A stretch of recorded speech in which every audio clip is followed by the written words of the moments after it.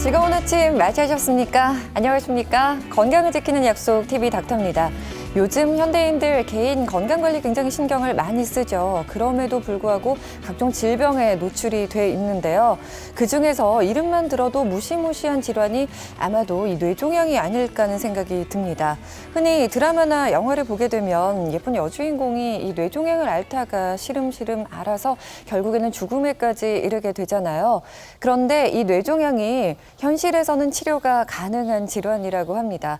하지만 이 뇌종양이 나타나는 증상이 두통이나 아니면 청력 이상, 시력 이상 이렇게 다양한 증상으로 나타나기 때문에 다른 증상으로 오인하기 쉬워서 그 치료 시기를 놓치는 경우가 많다고 하는데요.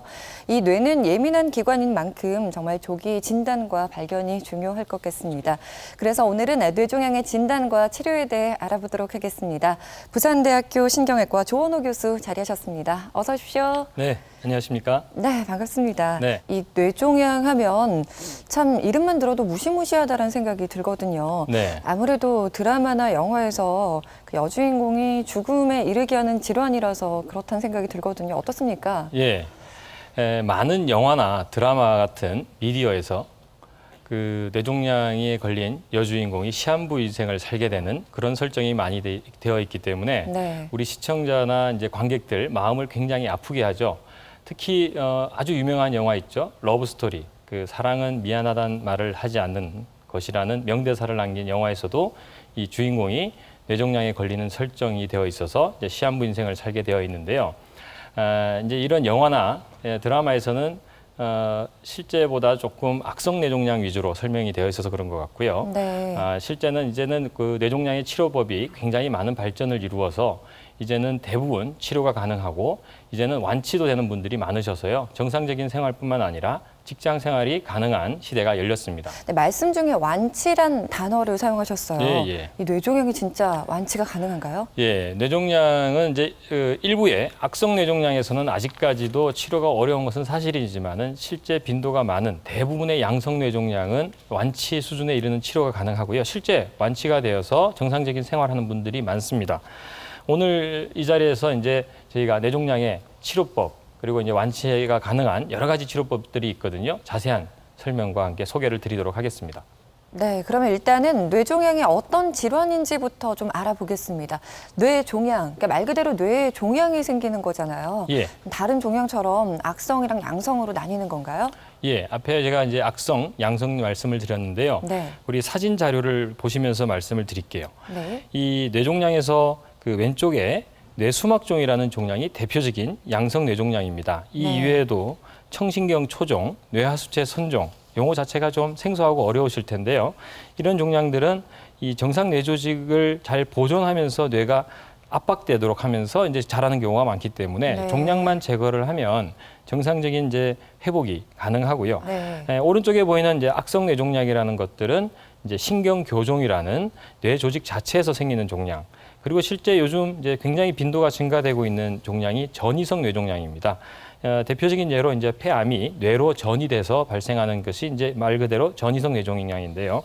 이런 신경교종과 그 전이성 뇌종양은 악성 뇌종양입니다만 특히 전이성 뇌종양은 최근에 여러 가지 치료법으로 그 치료가 아주 치료 성공률이 높은 단계에 이르렀습니다. 예. 네. 근데 이름이 굉장히 어려워요. 뇌수막종, 신경교종, 전이성 뇌종양. 사실 이렇게 뇌종양의 종류가 다양한지 몰랐거든요. 예. 이게 어디에 발생하느냐에 따라서 이렇게 좀 이름이 달라지는 건가요? 예, 저희 우리 아나운서께서 감이 좋으신 것 같습니다. 이 다음 자료 화면을 보면서 저희가 말씀을 드리겠습니다. 네. 이 뇌종양은 크게 이제 그 앞에서 악성과 양성과 달리 뇌 자체에서 발생하는 종양을 원발성 뇌종양이라고 합니다. 이 원발성 뇌종양 같은 경우에는 지금 왼쪽 위쪽에 있는 사진을 보시면 그 뇌조직 자체가 종양으로 바뀌는 신경교종. 앞에서 말씀드렸던 악성 뇌종양의 한 대표적인 종양입니다. 네. 그리고 아래쪽에 보면 그 뇌 아래쪽에서 그 뇌하수체라는 부분이 있습니다. 호르몬을 조절하는 기관인데 이 뇌하수체에서 종양이 생기는 경우가 뇌하수체 선종이고요. 그다음에 오른쪽 위쪽 사진을 보시면 뇌를 둘러싸는 막이 있습니다. 뇌수막이라고 하는 뇌막에서 생겨서 지금 네. 하얀 덩어리가 뇌를 꽉 눌리고 있죠. 아, 이게 이 종양이군요. 예, 그렇습니다. 이 뇌수막종이 생기면 뇌를 압박하면서 나타나는 여러 가지 증상들이 나타납니다. 그리고 또 우리 뇌간 부위에서 그 여러 가지 신경들이 나옵니다. 이 뇌신경 중에서도 특히 청신경에서 종양이 잘 생기는데 네. 지금 오른쪽 아래쪽에서 보시는 바와 같이 청신경, 귀 쪽으로 하는 신경에서 종양이 생겨서 이 뇌간, 소뇌를 눌리는 이런 형태의 종양들이 있고요. 네. 그다음에 이제 전이성 뇌종양은 아까 대표적인 종양이 이제 폐암입니다. 사실 빈도도 좀 많고 한데 여러 가지 형태로 옵니다. 지금 보면 제일 오른쪽에 이제 가장 큰 덩어리로 보이는 종양, 이렇게 덩어리로 나타나기도 하고요. 네. 가운데 사진 보시면 작은 종양들이 여러 개가 생겨 있죠. 다발성으로 생기기도 하고 네. 왼쪽 사진 보시면은 이제 흔히 물혹이라고 합니다. 이제 낭종형으로 오는 전이성 종양도 있죠. 그렇군요. 이렇게 뇌 발생 부위에 따라 정말 다양하게 뇌종양이 나타나고 있는데요. 그럼 한 가지씩 좀 차례로 알아보도록 하겠습니다. 말씀해 주신 뇌종양 중에서 가장 발생 빈도가 높은 뇌종양은 어떤 뇌종양인가요? 저희가 이제 발생 빈도가 높은 것도 있지만은 이제 치료가 많이 되는, 또 우리가 또 진단이 많이 되는 대표적인 뇌종양이 뇌하수체 선종입니다. 이 뇌 아래쪽에 이 작은 구조물 있죠. 여기서 이 뇌하수체라는 곳인데 이 부위에서 호르몬을 조절합니다. 이 뇌하수체는 위치가 보면 이 시신경, 여기 지금 노랗게 보이는 오른쪽 화면에서 노랗게 보이는 곳이 시신경이거든요. 이 시신경 바로 아래쪽에 있습니다. 그래서 이제 시신경 관련된 증상들이 많이 나타나는데 제가 앞에 방금 설명드릴 때 호르몬 이야기를 드렸잖아요.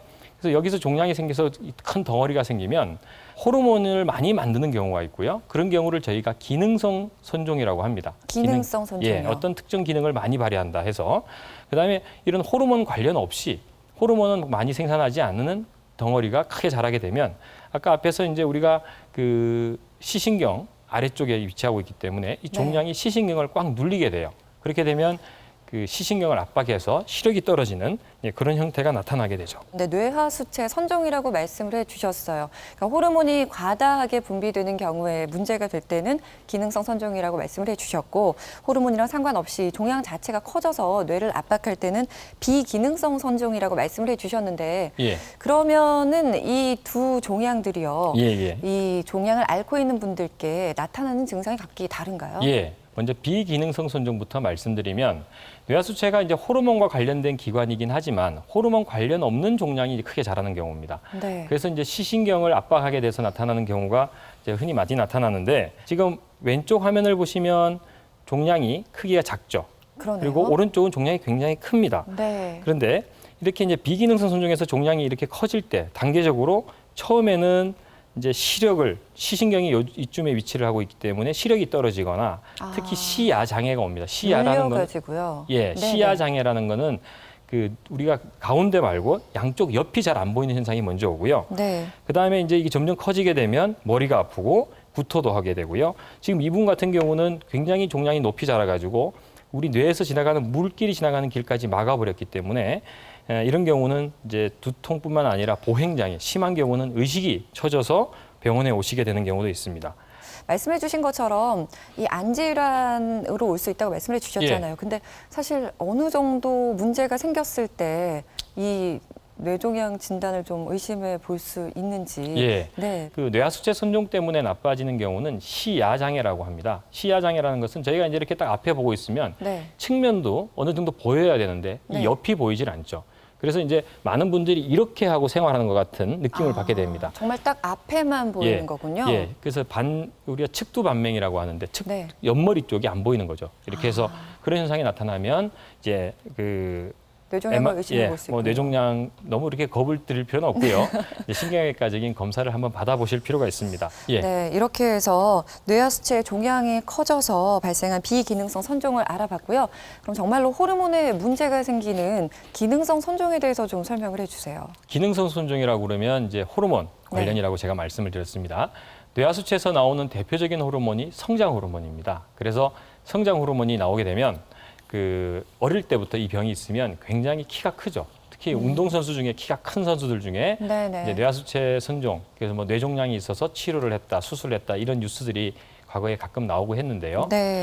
그런 이제 키가 클 수 있고요. 성인이 된 이후에는 키가 다 자란 이후에 이제 이 병이 발생을 하게 되면 손이나 발이 굉장히 굵어지는 말단 비대증이라는 현상이 오고 또 턱이 좀 길어진다든지 얼굴이 좀 억세 보이는 그런 형태를 보이게 됩니다. 그 다음에 또 대표적인 호르몬이 유즙 분비 호르몬입니다. 여자분들이 출산 후에 아기를 낳고 나서 모유를 수유할 때 모유가 나오게 하는 이제 호르몬인데 출산 후가 아닌데도 유즙이 나오게 되는 경우가 있어요. 그러니까 가슴에서 이제 모유가 이제 나온다 이렇게 하시면서 찾아오시는 분들이 있고요. 네. 그런데 이 유즙 분비 호르몬이 높아지게 되면 여자분들이 생리를 하지 않으세요. 그래서 이제 뭐 20대 아가씨들이 네. 이제 젊은 분들이 생리를 한참 동안 안 하셔서 검사를 하다가 이 병이 진단되는 경우도 있습니다. 근데 이제 실제 저희가 진료를 해보면 네. 나이가 좀 있으신 분들, 이제 뭐 출산 경험이 있으신 분들은 산부인과를 많이 방문하셔서 호르몬 검사를 하시고 진단이 잘 되는데 젊은 분들은 산부인과 가는 것을 꺼려하세요. 대부분. 그렇죠. 네. 그러다 보니까 이제 개인적으로 이제 뭐 우리 여자분들 자궁이 좋다는 여러 가지 방법을 하세요. 뭐 네. 따뜻하게 한다는 이제 찜질도 하시고 뜸도 하시고 네. 민간요법을 많이 하시다가 이제 뒤늦게 병원에 가시기 때문에 사실 제가 진료를 해보면 무월경 상태로 보통 1년 이상 네. 경과한 후에 저를 찾아오시는 경우가 상당히 많습니다. 아니 그럼 그 말씀은 젊은 여성에게도 지금 많이 발생한다는 네, 의미인가요? 많습니다. 꽤 많은 분들이 이런 이제 증상을 가지고 계십니다. 아, 예. 그만큼 증상이 다양하게 나타나기 때문에 오인하는 경우가 많다라고 예, 이해하면 예, 그렇죠. 되겠군요. 예. 네, 이렇게 뇌하수체 선종의 두 가지 종류에 대해 알아봤는데요. 그러면 치료는 어떻게 이루어지는지 비기능성 선종과 기능성 선종의 치료 방법을 좀 알아보겠습니다. 예. 뇌종양 중에서 뇌하수체 선종은 특이하게 이제 머리를 열지 않고 수술이 가능합니다. 치료 아, 방법은 네. 치료 방법은 이제 수술과 약물 치료 두 가지가 있습니다. 자료 화면 보시면 수술 장면을 제가 네. 이제 보여드리겠는데요. 네네. 이 수술을 콧구멍을 통해서 뇌 아래쪽까지 접근이 가능하다는 이제 원리를 이용해서 이 수술이 시작되게 됐습니다. 네. 이 원리는 고대 이집트에서 미이라를 만들 때 콧구멍을 통해서 뇌 조직을 제거했다 이런 이제 이야기가 있거든요. 아마 네, 그때 네. 고대 이집트인들은 콧구멍을 통하면 뇌바닥까지 쉽게 접근이 된다는 것을 알았던 것 같아요. 네. 그렇게 되면 지금 이제 수술 전 사진이 있죠. 종양이 굉장히 크고 시신경이 구분이 안 될 정도로 지금 종양이 위로 많이 올라와 있습니다. 그러네요. 예, 수술해서 이제 종양을 제거하고 나서 보면 정상적인 모습으로 회복되어 있고요. 뇌하수체 줄기와 뇌하수체가 잘 보존되면서 치료가 되어 있죠. 이렇게 치료를 하면 이제 가능하고요. 네. 일부는 약물 치료가 필요한 경우가 있습니다. 아, 수술 이후에요. 수술 이후에 보조요법을 하기도 하고요. 네. 그다음에 아까 말씀드렸던 유즙 분비가 많이 나오는 뇌하수체 네네. 선종은 크기가 크지 않을 때는 처음부터 약물 치료에 반응이 좋은 분들이 꽤 있으세요. 아. 그래서 이제 약물 치료 반응이 좋으시면 그대로 약물 치료를 가지고 지속을 하게 되고요. 그다음에 말단 비대증이나 거인증에서는 이제 수술 후에 종양이 이제 완전히 제거를 못하는 경우가 있어요. 특히 이제 시신경이나 주변의 굵은 혈관하고 유착이 되어서 잘 그 신경 손상이나 혈관 손상이 우려될 때는 이제 안전한 범위까지 제거를 하고 나머지 종양은 호르몬 치료를 해서 이제 종양을 억제하게 되죠. 그다음에 이제 요즘은 이제 뇌하수체에서도 감마 나이프 방사선 수술이라는 치료법이 나와서 이제 보조요법으로 사용되는 경우가 있습니다. 감마 나이프 방사선 수술은 나중에 제가 후반에서 다시 말씀드리도록 하겠습니다. 네, 예. 이렇게 해서 뇌하수체 선종 두 가지로 나눠서 저희가 좀 알아봤고요. 그럼 이 다음 종양을 좀 알아보겠습니다. 이 다음으로 좀 빈도수가 높은 뇌종양은 어떤 종류인가요? 뇌하수체 선종만큼이나 이제 환자도 많고 이제 치료를 많이 하고 이제 수술이 많이 되는 병이 뇌수막종이라는 병이 있습니다. 뇌수막염 주사를 예. 아주 어렸을 때 예, 맞잖아요. 그렇죠. 예. 뇌수막염이랑도 좀 관련이 있나요? 예, 이제 우리 뇌를 둘러싸는 뇌를 보호하기 위해서 있는 막이 뇌수막입니다. 이게 뇌수막에 뭐 바이러스라든지 세균이 감염돼서 오는 병이 염증성 질환이 뇌수막염이고요. 네. 뇌수막종이라는 병은 뇌를 둘러싸는 이 뇌수막에서 덩어리가 종양이 생기는 거죠. 이제 우리 피부에서도 뭐 이제 덩어리가 뭐 지금 사마귀 같은 게 올라오는 경우가 있잖아요. 그런 네. 것처럼 뇌수막에서 종양이 발생해서 이제 자라게 되는 경우가 뇌수막종입니다.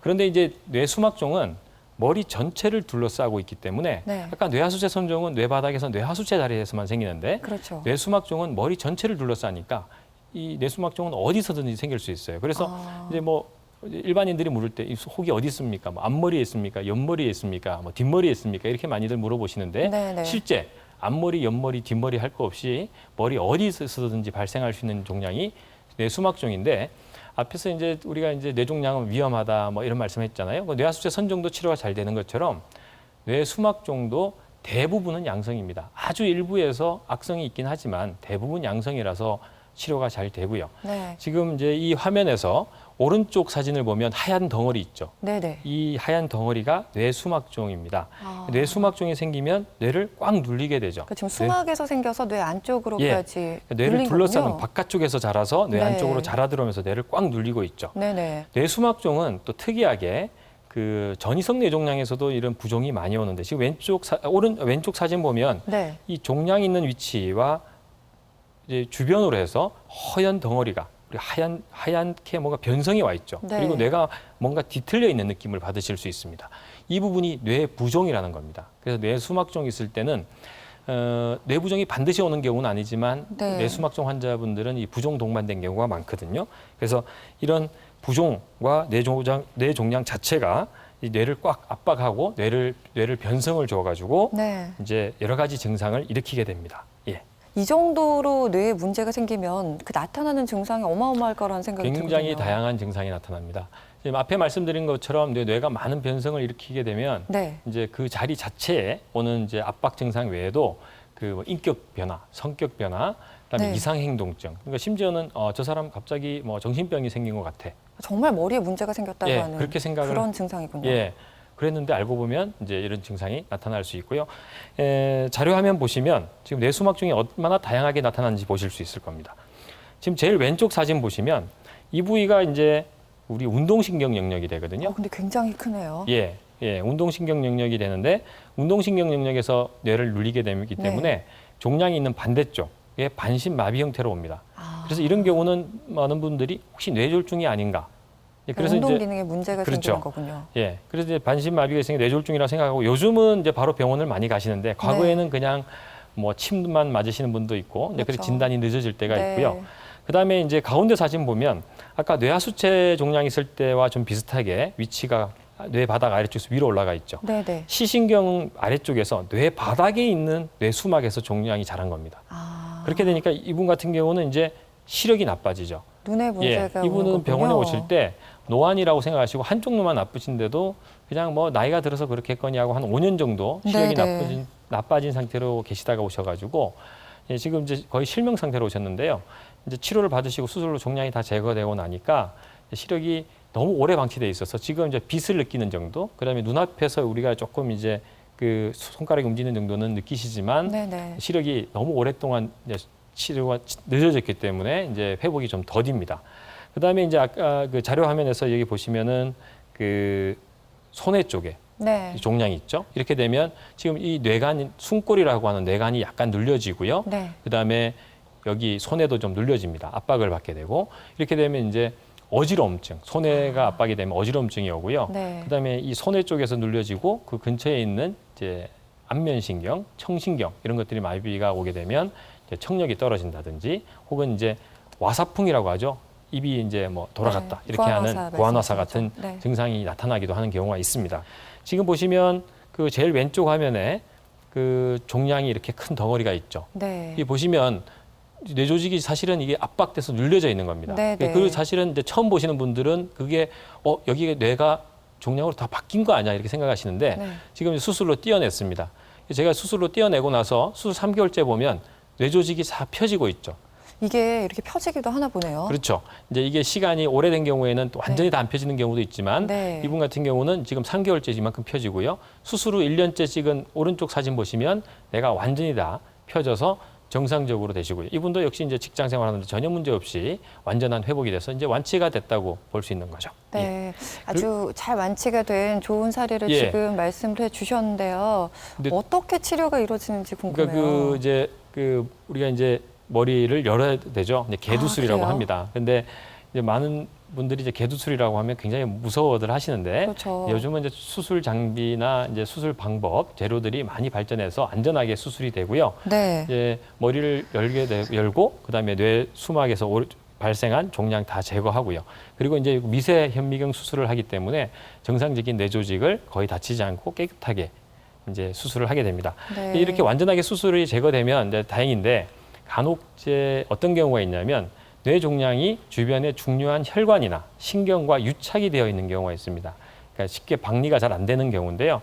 그럴 때는 이 혈관이 다치면은 또 다른 심각한 문제가 생기니까 종양의 이제 껍질이라고 할 수 있는 피막 같은 이제 껍질 부분은 이제 혈관이나 신경에 붙은 대로 놔두고 종양 대부분은 제거를 한 상태에서 그 나머지 일부 종양은 추후에 경과를 보고 또 이제 앞에 나왔던 감마 나이프, 방사선 수술 같은 것을 이용해서 종양 억제를 하게 됩니다. 그럼 뇌수막종은 앞서 말씀해주신 뇌하수체 선종처럼 뭐 약물 치료나 콧구멍을 통한 수술은 안 되는 거예요? 예, 원칙적으로 이제 머리를 열어서 하는 이제 개두술이라고 하죠. 열개자, 머리 두자를 써서 개두술인데 네. 설명드리면 우리 환자나 가족들이 계속 개복을 해야 되는 거죠. 개복을 해야 되는 거죠. 개복술이 이제 입에 네, 귀에 이제 익으니까요. 배 예, 보통에 배를 연다고 해서 열개자, 이제 배 복자를 써서 개복이고요. 그렇죠. 저희는 이제 열개자 한문으로 네. 머리 두자에서 개두술이라고 합니다. 이제 네, 어감이 아무리- 조금 좀 네. 그렇죠. 예. 안전하다고는 말씀하시지만 사실 예. 머리를 연다는 게 굉장히 환자 입장에서는 부담이 되거든요.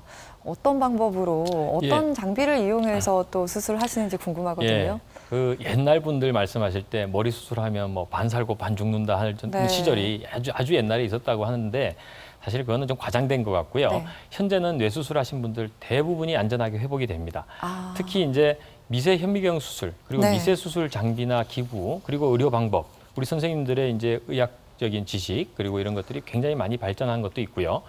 또 이제 최근에는 수술용 내비게이션 장비라는 게 있어요. 그래서 내비게이션 장비를 이용해서 굉장히 안전하게 수술이 진행되고 있습니다. 지금 수술할 때 네. 머리를 절대 움직이면 안 되니까 이제 머리를 틀로 고정을 합니다. 이렇게 네. 고정을 한 상태에서 네. 우리가 미리 그 촬영한 수술 전에 촬영한 영상 자료를 네. 이 내비게이션 장비에다가 등록을 시키고요. 아, 저 장비가 내비게이션이군요. 예, 그렇죠. 그다음에 여기 우리 그 카메라, 네. 뭐 우리 도로에 있는 교통 카메라처럼 생겨 있는데요. 네네. 이 카메라가 인공위성 역할을 하고요. 네. 그리고 이 머리에 틀을 고정된 상태에서 이 틀에다가 우리 차량에 있는 안테나 역할을 하는 이런 안테나 역할을 하는 장비를 설치를 합니다. 아. 고정을 해놓으면 지금 이제 계속 이렇게 인공위성 역할을 하는 카메라와 네. 이 안테나 사이에 교신을 하면서 실시간으로 수술 부위를 확인할 수 있죠. 이 다음 장면 보시면 이제 실제 수술하는 장면인데요.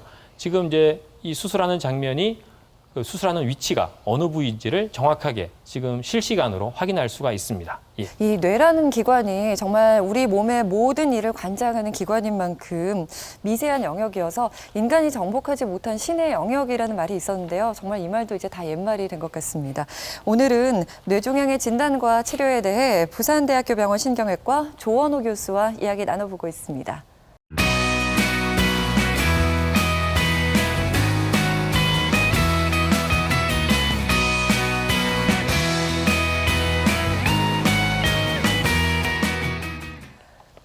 네, 앞서 수술용 내비게이션을 이용해 이 뇌종양을 치료하는 방법에 대해서 지금 말씀을 해주셨는데 그러면 다른 뇌종양에도 다 접목이 가능한 건가요? 예. 대표적인 뇌종양, 뭐 뇌수막종뿐만 아니라 뭐 뇌하수체 선종에서도 그렇고요. 또 청신경 초종, 대표적인 이제 양성 뇌종양 중에 하나입니다. 청신경 초종에서도 이제 이용이 많이 되고 있죠. 그 청신경이라고 네. 하면 이제 우리 듣는 신경을 청신경이라고 하는데요. 이 청신경을 말씀드리기 전에 이제 뇌신경을 먼저 말씀드려야 됩니다. 우리 몸에 이제 모든 부위에 이제 신경이 있잖아요. 그런데 네. 이 뇌신경이라는 것은 뇌에서 직접 나오는 신경이 12가지가 있습니다. 대표적인 신경이 시신경, 네. 그리고 냄새를 맡는 후각신경, 얼굴을 움직이는 안면신경 이런 것들이 있는데요. 그 중에 하나가 이제 청신경, 귀의 소리를 듣게 되는 신경입니다. 네. 이 신경에서 생기는 종양인데 이제 신경초에서 생긴다고 해서 신경초종이라고 하는데 특히 청신경에서 많이 생기다 보니까 물론 이제 후각신경이나 3차 신경 다른 곳에서도 발생합니다만 청신경 초종이 가장 대표적인 종양이죠. 청신경 초종은 이제 여기 이제 귀가 있고요. 우리 뇌간이라는 숨골에서 이 청신경이 이렇게 나오는데 이 뇌이도라는 곳에 여기에서 이제 처음에 시작되는 경우가 많거든요. 네. 그래서 이제 처음에 나타나는 증상이 청력이 떨어지기도 하지만은 귀에 소리가 난다, 귀가 울린다. 아. 예, 이런 분들이 많아요. 귀에 소리 난다는 분 많으시거든요. 그렇죠. 예, 귀에 소리 나는 분들 중에서 또 다는 아니고요. 일부에서 이런 종양이 있습니다. 오른쪽 사진 보시면은 그 청신경 초종이 점점 크게 되면 이런 이제 얼굴 오는 안면신경을 이렇게 이제 비틀게 되고요. 네. 이제 뇌를 압박하게 되는 이런 현상이 나타나게 됩니다. 그래서 다음 자료 화면을 보시면은 이제 이 청신경 초종이 커가는 단계를 보는 건데요. 제일 왼쪽부터 보면 뇌이도 안에만 있을 때, 네. 지금 여기 사진에서 보면 이 갈색으로 보이는 여기가 종양인데요.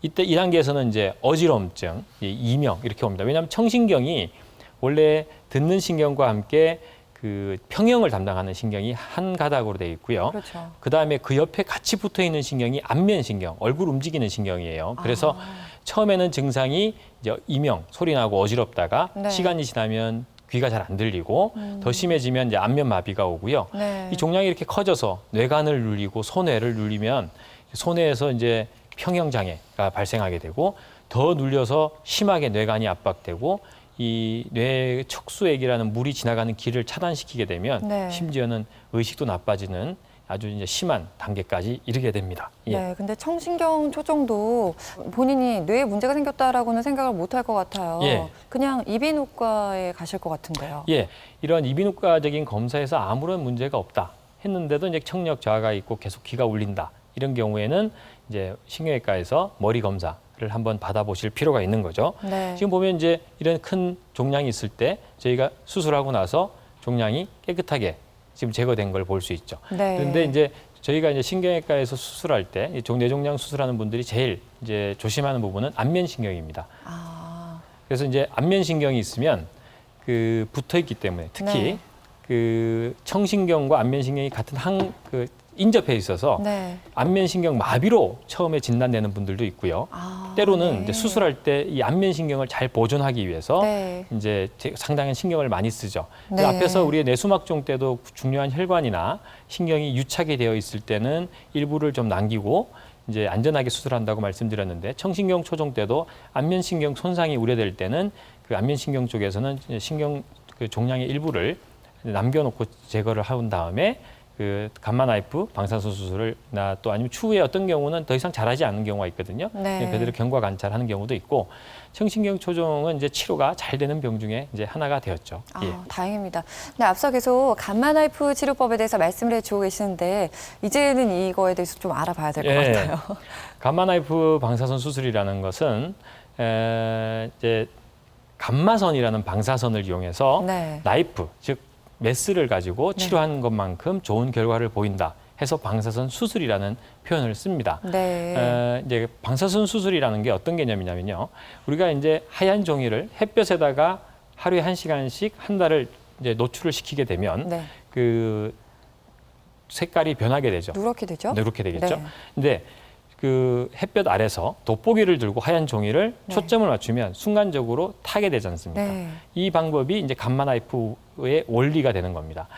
자료 화면 보시면 방사선 치료를 이제 지금 여기 제가 표현은 일반 방사선 치료라고 해놨지만 지금은 방사선 치료도 이렇게 하지는 않습니다. 그러니까 방사선 치료를 했을 때 이제 형태, 원리를 말씀드리는데 이 머리에부터 병이 있다. 그래서 네. 방사선을 이렇게 쏘고 나면 이 종양은 억제가 되는데 대신에 그 주변 조직에도 방사선이 좀 들어가서 손상의 우려가 있는 거죠. 아, 예. 네. 일반 방사선 치료도 지금은 이렇게 나지는 않습니다. 이 네. 원리만 제가 이해를 쉽게 말씀드리는 거고요. 네네. 예, 감마 나이프 방사선 수술은 작은 방사선을 여러 군데서 이렇게 조사를 해서 종양을 억제하게 되면 정상 조직에는 방사선이 최소화 들어가거나 혹은 거의 측정이 안 될 정도로 들어가게 되는 겁니다. 아, 뭔가 집중적인 치료군요. 그렇죠. 이게 돋보기 원리라고 말씀드릴 수 있고요. 네. 그다음에 이제 방사선 치료할 때 특히 이제 일반 방사선 치료는 이 병변이 있으면 이 부위에 집중적으로 방사선이 들어가지만 그 특히 신경 교정이라든지 뭐 다른 이제 주변의 침륜 즉 암 같은 경우에는 주변 조직에도 이렇게 방사선을 어느 정도 조사를 해서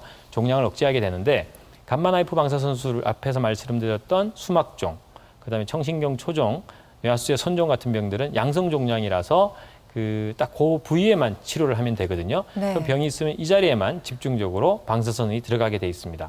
제가 이 감마 나이프 방사선 치료를 할 때 쓰는 이제 네. 이 그 장비를 가지고 스튜디오에 왔습니다. 아. 보시면 실제는 이제 머리를 열지 않고 합니다. 이 모형인데요. 네. 이제 정상적인 지금 이 모형은 뇌를 노출시켜놨지만 실제는 네. 그렇지 않습니다.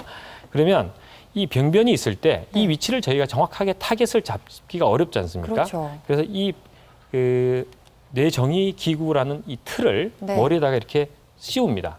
씌워서 고정을 하게 되는데요. 고정을 하고 이제 MRI를 찍게 돼요. 그러면 이 틀은 X축과 Y축, Z축의 좌표로 이 틀 공간 안을 잡을 수가 있습니다. 그래서 MRI 촬영을 한 다음에 그 병변의 위치를 X, Y, Z로 좌표화시켜서 수술을 그 감마 나이프 방사선을 집중적으로 조사를 하게 되죠. 네. 이 방법은 과거에 감마 나이프가 나오기 전에도 뇌출혈을 수술할 때 컴퓨터 도움하에 머리를 크게 열지 않고 구멍만 뚫어서 뇌출혈을 제거하는 수술이 있거든요. 네네. 같은 방법으로 하고 있습니다. 예. 그렇군요. 예. 그래요. 이렇게 양성의 경우에는 뭐 치료도 가능하고 예후도 좋은데요. 악성 종양도 있잖아요. 이 악성 종양은 치료가 가능한가요? 예. 그 악성 뇌종양은 아직까지 치료가 어려운 것은 사실인데요. 이 악성 뇌종양은 큰 틀에서 저희가 이제 아까 말씀드렸던 신경교종, 뇌 자체에서 생기는 것과 전이성 뇌종양, 다른 암이 뇌로 전이한 것으로 이제 나눌 수 있습니다. 그런데 이 큰 틀에서 이 두 가지 중에서 먼저 전이성 뇌종양부터 말씀을 드리면요. 네. 사실 요즘 전이성 뇌종양 환자가 굉장히 증가하고 있습니다. 왜냐하면 예전보다 암 환자들이 생존 기간이 굉장히 길어지고요. 치료율이 그렇죠? 높아지고, 네. 근데 좀 안타까운 것은 이제 좀 지나다 보면 재발을 하는 경우도 있습니다. 이런 경우라든지 치료 과정 중에 완치가 되기 전에 혹은 또 재발했을 때 이 전이가 되게 되면 뇌로 전이하는 빈도가 굉장히 높아졌어요. 네. 그러다 보니까 전이성 뇌종양 환자가 굉장히 증가되고 있는데요. 네네. 특히 이제 전이가 많이 되는 그 암이 폐암, 그리고 유방암, 이제 위암 이런 순서로 되어 있는데 네. 이런 이제 전이가 되면 앞에 제가 사진에 뭐 큰 덩어리로도 오고 여러 개로도 오고 혹은 무록처럼도 오고 하잖아요. 그렇게 되면 이제 증상도 여러 가지로 나타납니다. 앞에서 이제 전이성 뇌종양 사진에서 보면 앞에도 오고 여러 군데 올 수 있기 때문에 위치에 따라서 그 뭐 반신마비 증상도 오고 그다음에 시력이 나빠지거나 언어장애로 진단되기도 하는데 전이성 뇌종양도 뇌 부종이 아주 심하게 동반되는 경우가 많습니다. 그래서 증상이 아주 심하게 나타나는데 치료는 뭐 가능하니까요. 이제는 뭐 많이 좋아졌습니다. 그러면은 그 텔레비전 드라마나 영화에 나오는 여주인공 같은 경우는 악성 종양에 걸린 경우이겠죠. 이제 악성 뇌종양 네. 하면은 이제 신경 교종이 되는데요. 네. 신경 교종 안에도 여러 가지 타입이 있습니다. 이제 말씀을 드리면 일반인들한테는 굉장히 생소하고 이제 의료진들도 사실 이 악성 뇌종양에서는 용어 자체가 좀 어려워하시는 분들이 있습니다. 네. 대표적인 것들이 이제 성상세포종, 핍지교종, 역형성 성상세포종, 교모세포종 어렵죠. 정말 어렵네요. 예. 그런데 이제 일반인들께서 영화에 나오는 제일 우리 안타까운 주인공의 사연이 되는 병명은 교모세포종인데요. 네. 교모세포종은 현재까지도 사실 다른 가장 치료가 어려운 암 중에 하나로 알려져 있습니다만은 최근에는 이제 여러 가지 앞에 제가 말씀드렸던 미세 수술 방법 그리고 항암 치료, 방사선 치료가 많이 발전을 해와가지고요 상당히 좋은 결과를 보이고 있습니다. 그렇다고 해서 아예 손을 못 대는 상황은 아니잖아요. 예, 그 예. 수술하는 방법이 있을 텐데 그 예. 방법을 좀 화면을 통해서 예. 설명을 좀 해주시죠. 화면 보기 전에 이제 증상에 대해서 먼저 말씀을 드릴게요. 그러니까 네. 이 교모세포종이라는 병이 어떻게 자라고 어떤 형태로 생겼을 때 치료가 되고 안 되고가 있는데 네. 우리가 이제 위암 환자 수술하시는 분들 보면 위를 잘라내죠. 그렇죠. 위를 절제하죠. 네. 폐암 환자분들은 폐를 절제합니다. 그런데 이 교모세포종은 절제를 하게 되면 뇌 일부를 절제를 해야 돼요.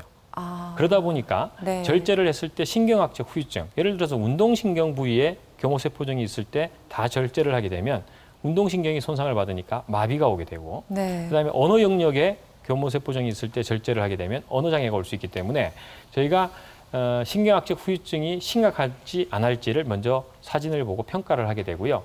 이제 신경학적 후유증이 아주 심각하다. 예를 들어서 종양은 잘 제거했는데 의식은 안 깰 겁니다 하는 경우는 있어서는 안 되지 않습니까? 네. 그래서 이제 안전하게 수술 제거를 해도 후유증이 최소화될 수 있도록 합니다. 근데 이제 수술로 제거가 다 할 수 없는 경우에 이제 그런 경우는 조직 검사만 하게 되죠. 조직 검사만 하고 네. 항암 치료나 방사선 치료를 하게 됩니다. 이 부분이 이제 교모세포종인데 이게 왼쪽 같은 경우는 굉장히 안쪽으로 파고들어 있죠. 그래서 수술로 완전 제거하는 것이 사실 어렵습니다. 이런 경우는 조직 검사만 하게 되고요. 네. 그다음에 오른쪽 사진 같은 경우는 이제 바깥쪽에서 접근이 어느 정도 가능한데 이런 경우도 절제를 하게 되면 네. 어느 정도의 신경학적 후유증은 좀 예상을 하게 됩니다. 네. 그다음 자료 화면 보시면 이분은 운동신경과 시각 영역을 좀 피해서 감각신경 위치에 종양이 위치하고 있기 때문에 완전 제거를 했고요. 수술로 완전 제거하고 나서 보면 종양이 지금 다 제거가 됐고 그 위에 방사선 치료와 화학 치료, 항암 치료를 병행하고 나서 지금 안정적인 상태로 장기 생존이 가능하셨던 분입니다. 네. 이렇게 되는데 그다음 보시면은 이제 수술이 어려웠던 케이스죠. 이제 머리 안쪽에 깊은 곳에 있어서 정말 가운데에 있네요. 네. 이런 경우는 이제 수술로 제거를 하게 되면 신경학적 후유증이 굉장히 많이 남을 수 있는 곳입니다. 그래서 이제 우리 감마 나이프 했던 틀과 같은 방법이죠. 네. 이렇게 컴퓨터로 계측을 해서 조직 검사만 딱 해가지고요. 조직 검사에서 이제 교모세포종인지 핍지요종인지 종양에 따라서 치료 방법이 조금씩 달라질 때가 있습니다. 그렇게 해서 치료하고 나서 보면 1년째 종양이 많이 억제됐죠. 처음 진단 당시에는 의식이 없는 상태로 병원에 오셨고요. 네. 이제 쓰러지셔서 오셨고 네. 이때는 일상 활동은 본인 스스로 다 가능한 상태까지 이제 회복이 되셨죠. 네, 이렇게 뇌종양의 치료법에 대해서 좀 자세히 알아봤는데요. 이 뇌기관이 정말 다양한 역할을 하는 만큼 조기 진단과 치료가 중요하겠다는 생각이 들었습니다. 사실 2년 전에 군에서 참 안타까운 사고가 있었잖아요. 한 병사가 두통을 호소해서 그냥 두통약만 먹었는데 사실 뇌종양을 앓고 있었죠. 이런 증세가 있을 때, 이런 증상이 나타났을 때 반드시 좀 신경계통에 좀 점검을 받아봐야 된다. 어떤 증상이 있을까요? 제일 많이 물어보는 질문 중에 하나입니다. 네. 머리가 아프다고 무조건 그때마다 MRI를 찍거나 CT를 찍으실 필요는 없고요. 이제 저희가 대략적인 가이드라인, 또 선생님들마다 또 의견이 좀 틀리긴 합니다. 네. 머리가 없던 두통이 생겨서 네. 새로운 두통이 생겼는데 이게 일주일 정도 계속된다. 특히 머리가 아플 때 오심이라는 것은 이제 속이 메스꺼운 걸 말하거든요. 그렇죠. 구토가 동반될 때 일단 찍어봐야 되고요. 두통의 유무에 관계없이 반신마비가 생겼다든지, 그러니까 시력 저하가 왔다든지, 청력 저하, 안면마비. 앞에 제가 이제 말씀드렸던 종양들 관련 증상이 있지 않습니까? 네, 이런 증상이 있을 때, 그 다음에 갑자기 기억력이 떨어진다. 그 다음에 이상한 행동을 한다. 제가 치료하는 분들 중에 그냥 치매라고 한참 동안 방치돼 있다가 이제 어느 날 병원에서 검사를 하셨더니 네. 이런 종양이 발견돼서 치료하셔서 정상적으로 또 회복되시는 분도 있거든요. 네. 그래서 갑자기 기억력이 떨어지거나 이상한 행동을 하거나 치매와 비슷한 증상이 보일 때, 그다음에 이제 호르몬 불균형 증상이죠. 앞에 말씀드렸던 이제 말단 비대증. 그다음에 제일 병원에 오셔서 많이들 물어보시는 질문이 늘 머리가 아픈데 괜찮으냐? 네, 편두통 앓고 사시는 분들 많이 계시잖아요. 편두통 굉장히 많죠. 네. 그리고 이제 만성적인 두통이 많으신데 두통이 있으신 분들은 한 번쯤은 검사를 해보셔야 됩니다. 실제로 제 가까운 친척분 중에 머리가 1년 이상 계속 아프시고 너무 아파서 걱정을 많이 하시고 머리 두통 때문에 너무 고생을 하셨는데 제가 그래서 검사를 한번 해보십시다 해가지고요.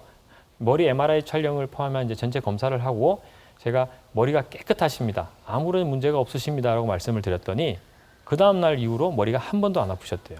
그것은 사람들이 이제 두통에 대한 걱정이 또다시 두통을 야기하는 경우가 신경성 두통이라고 이제 보통 말씀하시는데 네. 그래서 이제 만성적인 두통이 있는 분들은 그때 자주 찍으실 필요는 없고요. 네. 한 번도 검사를 안 해보신 분들은 이제 촬영을 한번 해보시면 간혹 아까 저희가 보여드렸던 양성뇌종양 서서히 자라거든요. 빠르게 자라지 않아서 만성적인 두통으로 진단되는 경우가 드물게 있습니다. 사실 오늘 이 방송을 시작하기 전에는 굉장히 좀 무섭기도 하고 걱정이 되기도 했는데요. 오늘 선생님 말씀을 들어보니까 좀 한결 마음이 많이 놓입니다. 이 뇌종양도 정말 이제는 극복이 가능하구나라는 생각이 들었는데요. 마지막으로 시청자분들께 당부하고 싶으신 말씀이 있으시면 좀 전해주시죠. 뇌종양이라는 병은 치료가 안 될 것이다라고 미리 포기하시는 분들 이제는 이제 잘 없겠지만 아직까지도 간혹 있으시거든요. 그리고 이제 또 한 가지는 우리 지역에서는 이 뇌종양 치료가 될까 하는 이제 걱정들 하시는데 제가 오늘 방송에서 여러 가지 자료하면 수술해서 뇌종양이 깨끗하게 제거된 좋은 치료를 많이 보여드렸습니다. 그래서 치료가 가능하니까요. 적극적인 치료 받으시면 다 회복이 되시고 일부 악성 뇌종양도 과거에 비해서 치료 성적이 굉장히 좋아졌습니다. 그래서 포기하지 않고 치료를 받으셨으면 좋겠고요. 또 한 가지는 이제 너무 오랫동안 방치되다가 늦게 오는 분들이 있습니다. 네. 그래서 앞에 제가 말씀드렸던 거 요약해드리면 만성적인 두통이 있는 분들을 포함해서 아니면 최근에 없던 두통이 일주일 이상 지속될 때 그리고 그 신경학적 증상이 새로이 나타날 때 반신마비라든지 청력 저하라든지 그다음에 그 시력 이상 그리고 뭐 호르몬 관련된 이상 증세가 있을 때 물론 기본적인 검사를 받아보셔야 되는데 스스로 그냥 나이 때문이겠거니 하고 방치되지 않았으면 좋겠고요. 특히 뇌종양은 초기에 진단되면 훨씬 치료 성적이 좋습니다. 그래서 조기 진단과 조기 치료가 최선이고요. 안타깝게도 뇌종양은 다른 병들에 비해서 뭐 위험 인자가 그렇게 밝혀진 게 많이 없습니다. 그래서 네. 적극적인 조기 진단, 조기 치료가 권유되고 있습니다. 네. 예. 오늘 뇌종양의 진단과 치료법에 대해서 부산대학교 병원 신경외과 조원호 교수님께서 좋은 말씀 해주셨습니다. 고맙습니다. 예, 감사합니다.